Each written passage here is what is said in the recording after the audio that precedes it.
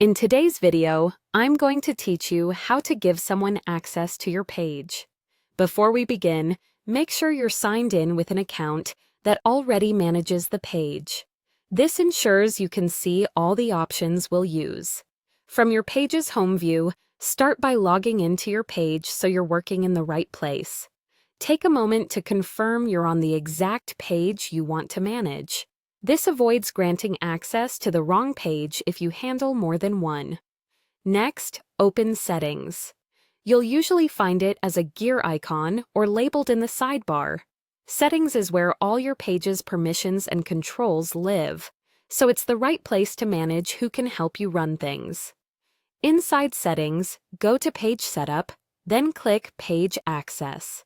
This section is dedicated to roles and permissions. It's a good habit to familiarize yourself with this area because it's where you can review who already has access and what they're allowed to do. Under People with Page Access, click Add New. This is where you'll invite someone to help manage the page. You might be asked to confirm your identity for security. Simply follow any prompts you see click. Next to Continue, the platform guides you step by step, and this keeps the process neat and secure. Now, search for the name of the person you want to give access to. Type their name carefully and look for the correct profile in the results. If multiple results appear, double-check the profile photo or any identifying detail you recognize. The person needs an active profile to show up in search. Once you find the right person, click their name. You'll be asked to choose the level of access you want them to have. Think about what they actually need to do, whether it's posting content, managing comments, running ads, or having full control. Giving only the access necessary is a smart security practice. Finally, click Give Access to assign their role. That's the confirmation that makes your selection official.